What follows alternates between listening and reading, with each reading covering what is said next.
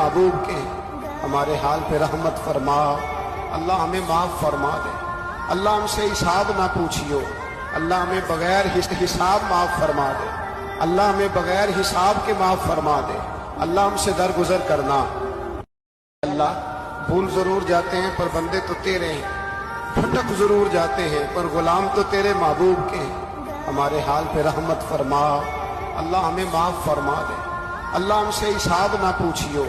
अल्लाह हमें बगैर हिसाब माफ फरमा दे। अल्लाह हमें बगैर हिसाब के माफ फरमा दे।